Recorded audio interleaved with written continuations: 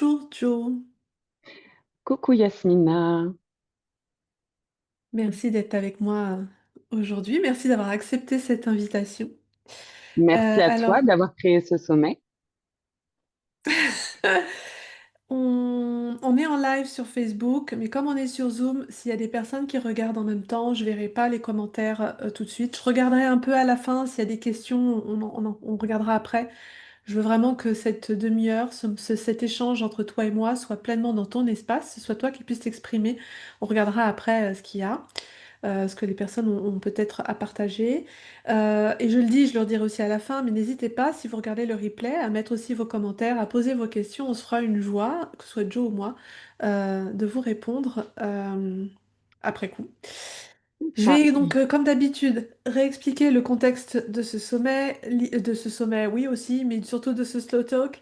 L'idée pour moi, c'est de présenter les intervenants qui vont participer au sommet Être femme qui commence lundi prochain. Euh, l'idée, c'est vraiment voilà, de vous présenter, vous représenter, parce que tout le monde ne vous connaît pas forcément. Et puis surtout donner envie aux femmes de venir nous voir. En plus, ta thématique, elle est particulière et j'espère qu'il y aura vraiment beaucoup, beaucoup de monde qui sera là parce que c'est ce que tu abordes aujourd'hui est vraiment précieux, en tout cas pour moi. Pour toi aussi, j'imagine, mais en tout cas, voilà, je trouve que ta thématique. pour beaucoup de femmes, Ouais. énormément. Et donc, dans cette toile qui a été créée pour ce sommet, voilà, ton sujet est bien se poser mes pieds comme il faut parce que voilà, je pense que c'est un sujet qui est peut-être un peu tabou, donc beaucoup de femmes ne parlent pas beaucoup. Il y a beaucoup de, je vois beaucoup. Bon bref, je vais te laisser t'en parler après. Je vais pas te. Et donc voilà, l'idée c'est que vous sachiez qui intervient, qui sera là et que vous veniez nous voir au plus grand nombre. Je l'ai déjà dit, je le redis à chaque fois. C'est important pour moi. Tu le sais parce que je te l'ai déjà dit à toi aussi spécifiquement, mais je me rends compte comme à chaque fois que je le dis dans un slow talk, ça vient poser une brique supplémentaire dans ce sommet, ça vient consolider quelque chose en plus. C'est que oui, vous êtes tous importants, nous sommes tous importants collectivement, je me mets dedans parce que je fais partie des intervenants. Nous sommes importants collectivement, mais individuellement, vous êtes aussi chacun, le mot qui me vient, c'est des pépites. C'est-à-dire que sans vous, aujourd'hui, sans chacun d'entre nous, ce sommet ne serait pas ce qu'il est. L'ampleur qu'il a prise, euh, l'ampleur qu'il a pris, enfin peu importe, l'ampleur qu'a pris ce sommet, euh, là, sur les dernières semaines, la montée en fréquence de ce sommet n'est possible que parce que tu es là à côté de moi. Et je veux le dire aussi, donc j'aime chacun d'entre nous, mais je t'aime aussi toi, pour qui tu es. On se connaît pas. On se connaît pas. Pas plus que ça, en tout cas, pas plus qu'à travers des échanges sur le groupe que j'ai créé pour les intervenants. On se connaît au-delà. On communique ensemble. T'en as pas forcément peut-être conscience, mais on communique ensemble au-delà de ce qui se passe dans le sommet. Et ça, c'est juste magique pour moi. Donc, merci, Joe, d'être là avec moi. Merci d'être présente et de participer pleinement. Et toi, en plus, s'il y a un truc particulier chez toi, c'est que c'est vraiment, tu veux contribuer pour la femme, pour le bien-être de la femme. Et ça, c'est encore plus précieux pour moi dans le cadre, en tout cas, de ce sommet. Donc, je t'invite à te présenter avec ta voix, avec ta vibe. Je t'écoute. Nous t'écoutons. Alors, me présenter, je pourrais dire, déjà la première chose que j'aimerais dire, c'est qu'aujourd'hui, moi, donc Joanne, je suis heureuse et épanouie et connectée. Voilà, c'est déjà la première présentation que je voudrais faire, puisque à chaque fois, donc là, je vais faire la présentation qu'on fait quand on rencontre quelqu'un, qu'est-ce que tu fais dans la vie? Donc, je suis sexothérapeute depuis 2 ans maintenant. J'ai fait une reconversion professionnelle suite à une maladie où j'ai dû revoir un petit peu ma copie professionnelle, puisque ma copie de vie privée avait déjà été revue depuis un petit temps. Je me spécialise dans ce qui est les personnes en situation de handicap. Donc, quand j'entends situation de handicap, ça peut être suite à une maladie, suite à de l'endométriose, suite à de l'adénomiose, suite à un cancer. J'ai été présidente d'une association pour le cancer du sein national également, donc ça me touche plus profondément qu'on ne peut l'imaginer.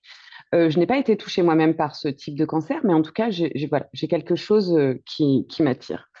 Qu'est-ce que je pourrais dire de moi? Je suis une accompagnante à l'autodétermination sur la sexualité.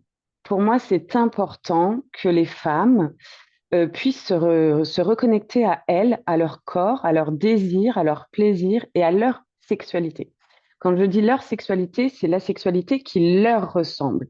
Il n'y a pas une sexualité, c'est une palette de couleurs, c'est plus qu'un arc-en-ciel et on a chacune, chacun la sienne et il est important de découvrir laquelle on a.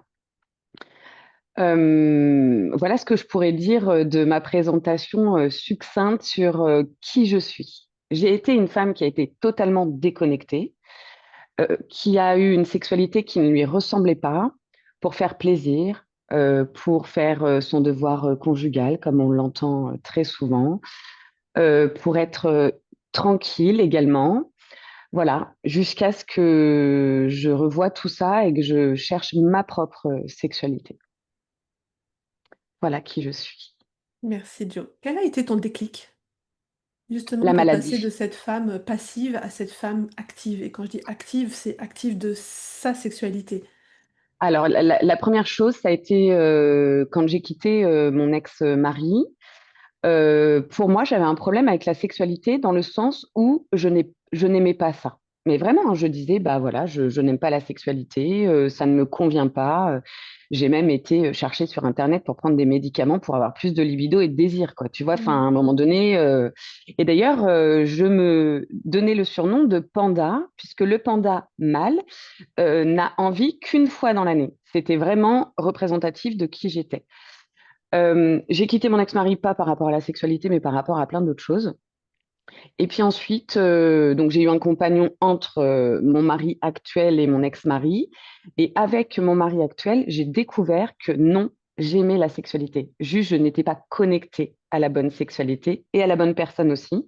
Et j'ai appris du coup à 35 ans à savoir ce que j'aimais et à savoir ce qui me faisait plaisir.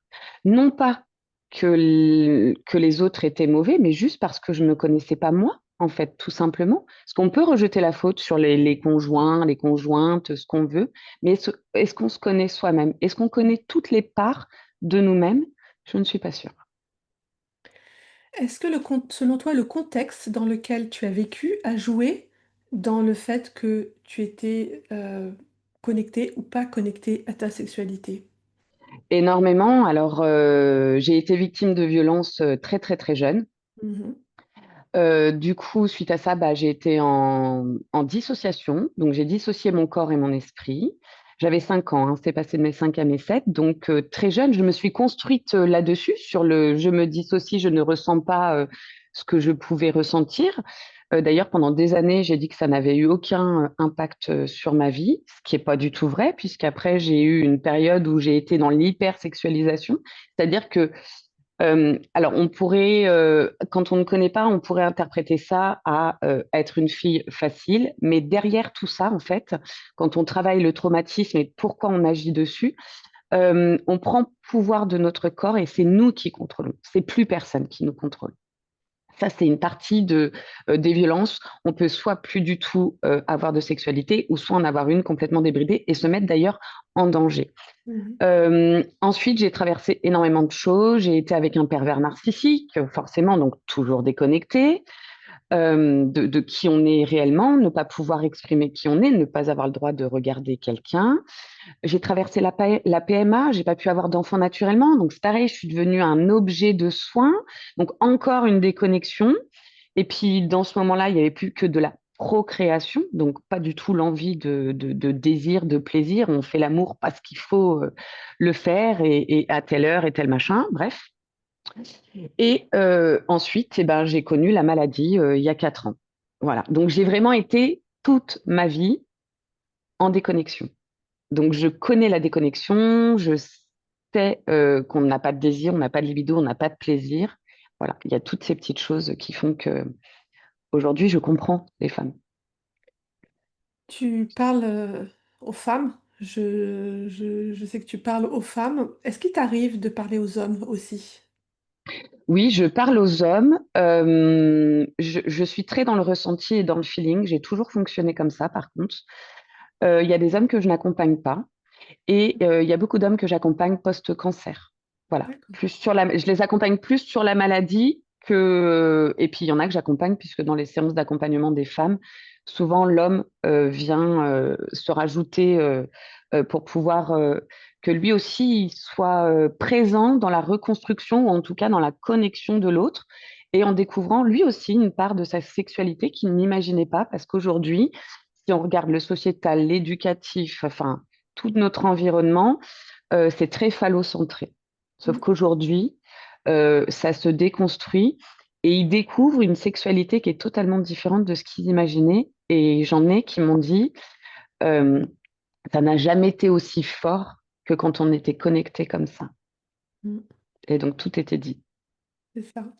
Est-ce que c'est une démarche que Alors on va parler des femmes essentiellement puisque c'est un Mm. peu l'objet de notre sommet aujourd'hui, mais est-ce que les femmes viennent te voir facilement? Alors Alors elle, avant ça, est-ce qu'il y a vas-y. un stade dans leur chemin particulier où elles viennent te voir d'une manière générale? Est-ce que tu sais l'identifier? Alors, tu sais, souvent, j'entends dans mes accompagnements, en fait, tu as le premier rendez-vous qui est jamais celui qu'elle pense pourquoi elle est là, en fait. Et ça, Mhm. c'est formidable d'ailleurs, parce que c'est cette évolution qui est magnifique. Euh, Souvent, elles viennent, elles disent, mon mari, mon conjoint pense que j'ai un problème. Voilà, Ah, c'est leur, c'est leur déclic. Ça fait un certain nombre d'années, voilà, où ça perdure. Et puis, du coup, elles osent à ce moment-là. Souvent, ça peut être bah, une menace d'aller voir ailleurs, ou bah, j'ai un problème, en fait, j'aime pas la sexualité. Et là, plus je m'approche de les personnes en situation de handicap, et plus je touche d'autres personnes qui prennent conscience que le bien-être, hein, puisqu'aujourd'hui c'est quand même reconnu par l'OMS, le bien-être sexuel fait partie de nos vies et qui est important qu'on soit malade, qu'on soit en burn-out, ça fait partie. Une fois que tu as une sexualité qui est connectée et que tu sais laquelle, elle fait partie de ton bien-être. Donc voilà. Mais sinon, la première chose, déjà, c'est encore très, très tabou. mhm. Moi, je suis en campagne, donc très agricole, très terreux. Donc, les mentalités sont en train de changer et de bouger, et tant mieux. Et voilà, elles ont envie d'apprendre autre chose, mais ce qui est vraiment représentatif de mes accompagnements, c'est que vraiment le premier rendez-vous n'est jamais, euh, je le mets entre guillemets, la cause de pourquoi elles viennent. D'accord. En fait, d'une manière générale, elles viennent à cause d'une injonction extérieure, pas parce que elles Ça, ressentent le besoin d'eux. non. Ok. Quels sont tes outils? J'en ai tellement. Mhm. Déjà, j'ai envie de dire l'autodétermination, c'est-à-dire que je ne donne jamais quelque chose à quelqu'un. Je propose une palette de choses en fonction de la personne que j'ai en face de moi. Il y a de la méditation, il y a de la visualisation, il y a de l'écriture. L'écriture, elle est très impactante. Il y a le dessin aussi, ce que moi j'appelle le mapping, où c'est voilà des bulles et tout se chemine. Et déjà, ne serait-ce que ce premier exercice qu'on fait ensemble, il y a des pop-up, il y a des prises de conscience qu'elles ont en se disant, ah mais oui, en fait, comme ça, parce qu'il y a eu ça. Voilà, il y a toute ce côté-là. Mais je suis beaucoup dans la co-construction avec elles, en fait. Moi, j'accompagne, je suis à côté. Je les emmène sur leur chemin, pas mon chemin. Mon chemin, c'est mon chemin. Mhm. Leur chemin, c'est leur chemin. Et comme je dis souvent, quand je rencontre mes accompagnés, ce sont des pages blanches pour moi. Voilà. Ouais. Tu pars pas avec ta grille en te disant on va faire ça, ça, ça, ça, comme ça, t'attends. Ouais, Jamais. très bien. Jamais. Est-ce que, en général, combien de temps durent tes accompagnements? C'est-à-dire, je sais que chaque cas est particulier, chaque femme, chaque homme est unique dans son expérience, dans sa façon d'appréhender sa sexualité, ses difficultés, etc. Mais en général, en combien de temps, on reste sur du général, hein, en combien de temps est-ce que les personnes qui viennent te voir peuvent constater une amélioration? Eh Quand je parle ben, d'amélioration, excuse-moi, je te coupe, mais quand je parle d'amélioration, c'est même pas forcément avoir une sexualité ouf, ouf, ouf. C'est être à l'aise avec cette idée de oui, je peux être maître ou maîtresse de ma sexualité et je peux aimer ça. Ok, donc c'est pas de régler le trouble ou quoi que tu me dis, c'est bien la Non, prise de ce sera la conscience. question C'est bien la d'après, du coup. prise de conscience. Mhm. Déjà la première séance, c'est vraiment moi je pose des questions, mais vraiment je pose des questions. D'ailleurs, je regarde pas mon temps. Normalement, les séances aujourd'hui c'est 45 minutes. Je peux faire des séances d'une heure et demie sans aucun problème. C'est Mhm. pas pour autant que la séance, voilà, je prends le temps qu'il faut pour accompagner et pour avoir toutes les informations. On ressort de cette séance pour eux et pour moi, lessivés, hein. Les messages que j'ai, c'est je suis fatiguée. D'ailleurs, je les préviens, il y a des choses qui vont monter, il y a des choses qui se passent. C'est OK avec ça. Vous pouvez m'envoyer un message, un mail. Je suis là, ne restez jamais seul. Ça, c'est toujours.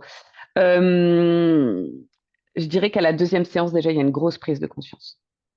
D'accord. La première, c'est vraiment, on fait le bilan, si je peux dire, l'anamnèse de tout ce qu'il y a à voir. Mais la deuxième, du coup, la vraie, où on rentre dans le concret, il y a déjà une prise de conscience. Et après, sur vraiment, après, chaque chemin est différent, chaque personne avance à son rythme différemment. Et ça, Mhm. c'est important parce que souvent, on me dit en combien de séances ça va être réglé. Bah, je sais pas, puisque moi, j'ai pas une baguette magique, je peux pas dire chez vous comment ça va se passer. Oui. D'ailleurs, mes accompagnements ne sont pas que pour les personnes qui sont en couple, hein, ça peut être aussi pour les personnes qui sont célibataires ou en couple ou ce qu'elles veulent, il n'y a aucun problème là-dessus. Non, mais c'est vrai parce que des fois, bon, ça peut poser la question, donc je le dis. À la réponse de combien de temps ça va mettre, je peux pas répondre. Tu vois, il y a un monsieur que j'ai eu, on n'a fait qu'une séance, on n'a fait que le bilan, et à la fin du bilan, il m'a dit merci. En fait, j'avais juste besoin de tout déposer. Oui. Des Nickel. fois, J'ai eu une autre déposer. Oui. de Des déposer, fois. de lâcher, de le sortir, Mhm. de le verbaliser. En fait, c'est tu Mhm. prends un poids, tu l'enlèves. Ouais, ouais. Et puis moi, je suis dans le non-jugement et heureusement parce que si je me mettais à juger, bah, je vais changer de métier directement. Oui. Voilà. Après, moi, mes meilleurs accompagnements, c'est quand il y a des parts qui étaient cachées depuis très longtemps, qu'elles osaient pas et qu'elles osent enfin et que je reçois un petit message en me disant j'ai osé. Ah bah alors là, moi, je fais la danse Mhm. de la joie, je suis ravie, mais alors au possible, c'est mon meilleur remerciement en fait qu'elles peuvent faire. Et j'ai une femme, tu vois, ça faisait 4 ans et demi qu'elle n'avait pas eu de relation avec son mari. Et à la deuxième ou troisième séance, je sais plus, elle m'a envoyé un petit message, elle m'a dit on s'est connecté différemment et c'était vraiment très bon. Et bien là, Mhm. j'étais nickel. Ah ouais, Parfait. c'était génial. Oui. Est-ce que euh, il y a un tips que tu pourrais donner à toutes les personnes qui nous regardent aujourd'hui et qui... Alors, j'avoue, hein, c'est peut-être du jugement, j'en sais rien, mais ce terme handicap que tu as employé, je le trouve dérangeant. Alors, je le trouve dérangeant, mais je le comprends. Je le comprends complètement parce que, bon, on Alors, c'est partage... pas handicap dans le sens tu es handicapé. Oui. Situation de handicap, c'est quoi? Situation de handicap, ça veut dire que c'est la société autour de toi et ce qui t'entoure qui n'est pas adapté à toi. Point. On a des lunettes, on est en situation de handicap. Moi, Mhm. tu me retires mes lunettes là, ouloulou, bah, je suis en situation de handicap, ça fait pas pour autant. Alors aujourd'hui, je pourrais dire je suis handicapée par rapport à ma maladie, mais en fait, c'est ce qu'il y a tout autour qui n'est pas adapté. L'handicap, c'est de l'adaptabilité tout le temps. Tu t'adaptes puisque de toute façon, autour, c'est pas adapté, donc c'est à toi de le faire. C'est plus ça, mais c'est pas que tu es handicapé, c'est que tu vas rencontrer dans des situations euh, post-cancer utérus, enfin, voilà, tu t'es obligé d'adapter différemment ta sexualité, tu te connectes différemment. Certaines femmes peuvent avoir des relations avec pénétration si elles le veulent, mais aujourd'hui, il y a énormément de femmes qui ne prennent pas plaisir à la pénétration. Énormément. Et c'est pas Mhm. grave, en fait. On va trouver une autre sexualité. Et je les emmène justement sur ce chemin-là. Et donc, s'il y avait un petit tips, justement, pour pas se sentir bah, du coup dévalorisé, parce que, encore une fois, ce terme de handicap, il porte ce qu'il porte, j'entends bien, hein, je comprends bien le sens qu'il a quand tu en parles.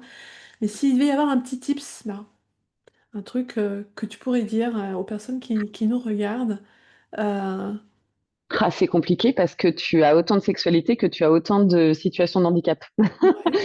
Donc, un petit tip, c'est se faire accompagner par un professionnel, Mhm. se dire qu'il y a des possibilités différentes, que ce n'est pas ce qu'on entend depuis tout le temps, voilà, sur le pénétratif, qu'on peut se connecter différemment, et c'est d'oser en parler, déjà, première chose. Mhm. Tu n'es pas seul. Il y a énormément de personnes qui sont dans cette situation. Mais d'oser en parler et et d'oser dire non aussi et d'adapter. En fait, on adapte tout le temps.